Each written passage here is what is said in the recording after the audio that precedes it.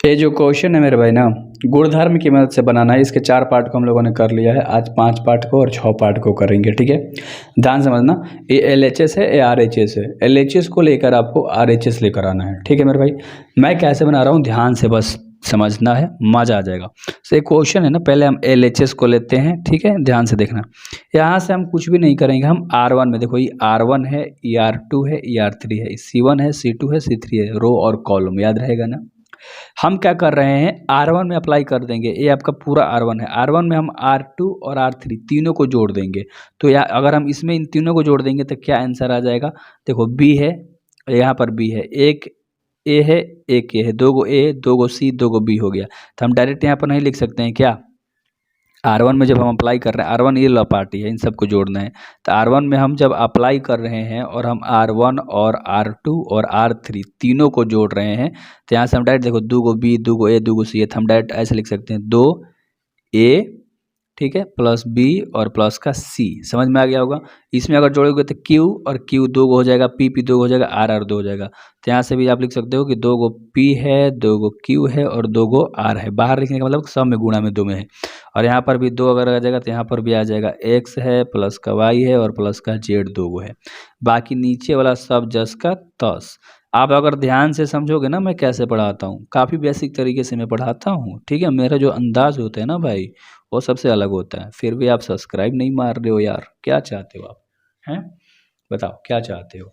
ध्यान से देखो, अब हम कुछ भी नहीं करेंगे, इस 2 को ना बाहर निकाल देंगे। यानी कि हम क्या करेंगे मेरे भाई, पहले तो चिन्ह दे लो सारणिक का, ठीक है। हम R1 से 2 को क्या कर दिए, उभयनिष्ठ कर दिए, ठीक है।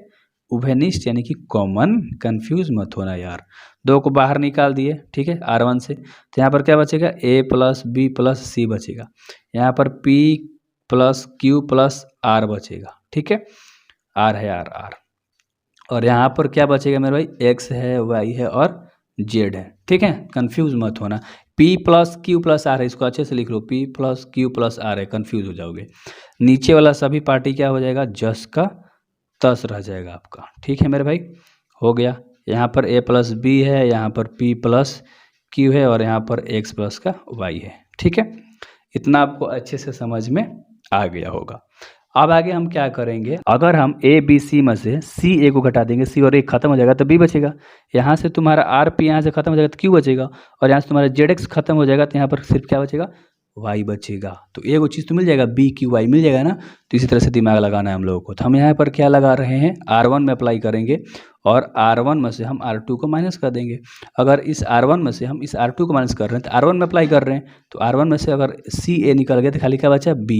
यहाँ से तुम्हारा निकल गया RP तो क्या बचा, Q। और यहाँ पर तुम्हारा Y बच जाएगा, ठीक है। और नीचे वाला सब जस का तस। इतना आपको समझ में आ गया होगा। मैंने घटा के लिख दिया यहाँ पर कि ABC में से CA घट गया तो B बचा, PQR में से RP घट गया तो यहाँ पर सिर्फ क्या Q बचा, यहाँ पर Y बचा और नीचे वाला सब जस का तस लिख दिया है, ठीक है मेरे भाई। और यहाँ पर 2 कॉमन था पहले से तो 2 कॉमन बाहर रह गया, ठीक है।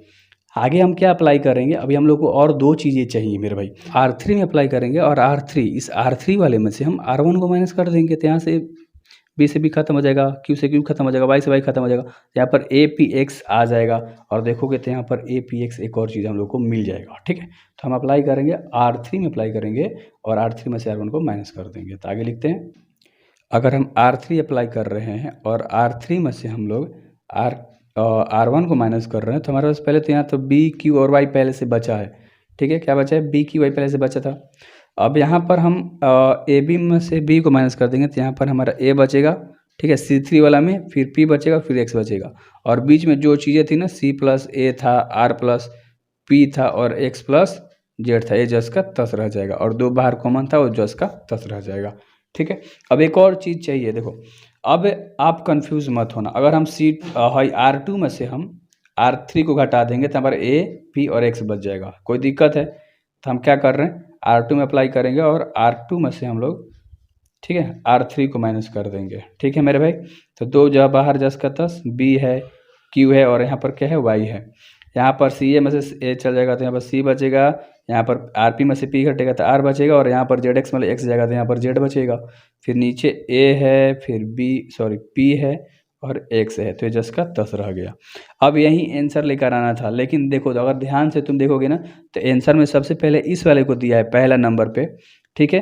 दूसरा नंबर पे आपको इसको दिया है, इस वाले को दिया है, और तीसरा नंबर पे ए है। तो क्या करना है, इस पूरे वाले को क्या बोलते हैं हम, R1 बोलते हैं ना।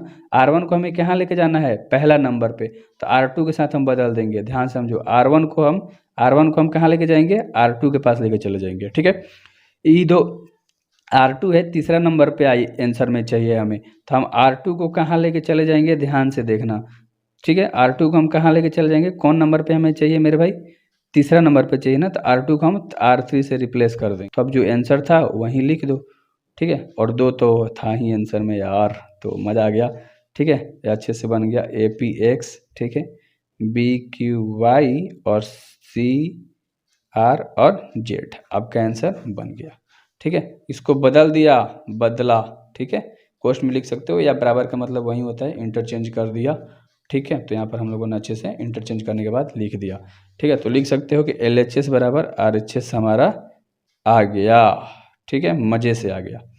तो एक और क्वेश्चन करना है ना अभी इसमें, ये आपका 6 नंबर का क्वेश्चन है, ठीक है। अब हम लोग LHS को लेकर हल करके और 0 लेकर आना है RHS में। तो फिर से इसी को लिख लेंगे हम लोग कि डिटर्मिनेंट जो आपका दिया है 0 दिया है, A दिया है और माइनस के B दिया है, क्योंकि एक बार क्वेश्चन आप लिख लेते हो ना तो अच्छा लगता है चेकर को, ठीक है। B है, C है और 0 है। अब हम यहाँ पर कुछ भी नहीं करेंगे, सब स्तंभ में -1 से गुणा कर देंगे। स्तंभ ऐसे ऐसे इसको स्तंभ कहते हैं, तो हम लिख देंगे सभी स्तंभ में, ध्यान से समझना, सभी स्तंभ में -1 से गुणा कर दिया। अब देखो कितना अच्छे तरीके से इसका आंसर आता है। सब में -1 से गुणा कर देंगे, मान लो पहला स्तंभ -1 से गुणा करा, फिर दूसरा स्तंभ में, फिर तीसरा स्तंभ में -1 से गुणा करा, ठीक है। सब स्तंभ में -1 से गुणा करेंगे तो मान अंदर जो भी चिन्ह है सब बदल जाएगी। 0 तो 10 का 10 रहेगा, प्लस में A है तो माइनस में हो जाएगा, माइनस में B है तो प्लस में हो जाएगा, माइनस में है तो प्लस में A हो जाएगा, 0 ये माइनस में है तो प्लस में हो जाएगा, यहाँ पर माइनस में B हो जाएगा, C और माइनस में हो जाएगा और यहाँ पर 0 हो जाएगा। अब इतना में आपको कोई डाउट नहीं हुआ होगा कि अंदर सबका चिन्ह बदल गया, ठीक है मेरे भाई। अब आगे कुछ नहीं करो, -1 में गुणा करोगे तो -1 ही रहेगा, ठीक है। अब अंदर जो चीज़ें हैं उसको डायरेक्ट लिख लो, B है, फिर A है, फिर 0 है, फिर क्या है, C है, फिर क्या है, माइनस के B है, माइनस के C है और 0 है। तो कन्फ्यूज़ मत होना, इतना आपको समझ में आ गया। अब -1 से सब में गुणा कर दोगे, ठीक है। क्या कर दोगे, -1 से सब में अंदर गुणा कर दोगे तो क्या बन जाएगा, ध्यान से देखो, 0 A, मतलब जो चिन्ह था वो फिर से बदल जाएगा, ठीक है। B, माइनस के A है, 0 है, माइनस के C है, फिर क्या है, B है, C है और 0 है। इतना आपको समझ में आ गया ना, यानी कहने का मतलब क्या है, फिर से वही क्वेश्चन हमारा आके बन गया। तो हम चाहते थे इसको पहले इसको समीकरण नंबर 1 नाम दे सकते थे, और इतना आप नहीं भी बनाओगे तो कोई आपको दिक्कत वाली बात नहीं होगी। तो इसको हम समीकरण नंबर 1 मान दे देते हैं। आप इतना मत बनाना यहाँ से यहाँ तक, ठीक है। देखो वही चीज़ आ गया, इतना नहीं भी बनाओगे तो चलेगा, यहीं डायरेक्ट दे देना, समीकरण नंबर 1 मान दे देना, ठीक है मेरे भाई। तो देखो अब कुछ नहीं करेंगे, जो आपका क्वेश्चन है ध्यान से समझना, जो आपका ये प्रश्न है इसको ये सारे जो भी दिया है ना स्तंभ जो है ना उसको पंक्ति में बदल देंगे, यानी कि जो चीज़ खड़ा है उसको सुता दो, जो खड़ा है उसको सुता दो, जो खड़ा है उसको सुता दो, ठीक है। तो मैं सुता के लिखता हूँ, 0 है, पहले क्या है, 0 है, -A है और B है, तो खड़ा है तो इसको ऐसे लिख दो, 0 माइनस का A और B है, ठीक है। समझ में आपको इतना आ गया होगा। दूसरा लाइन में क्या लिखा जाएगा, A है, 0 है और C है, और तीसरा लाइन में क्या है, खड़ा है, -B है, C है, 0 है, तो इसको सुता दिया।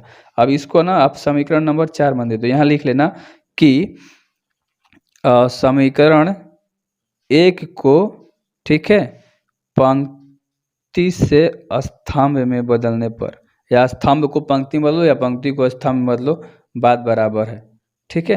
तो इतना आपका आ गया समीकरण नंबर, इसको हम लोगों ने 4 मान दे दिया।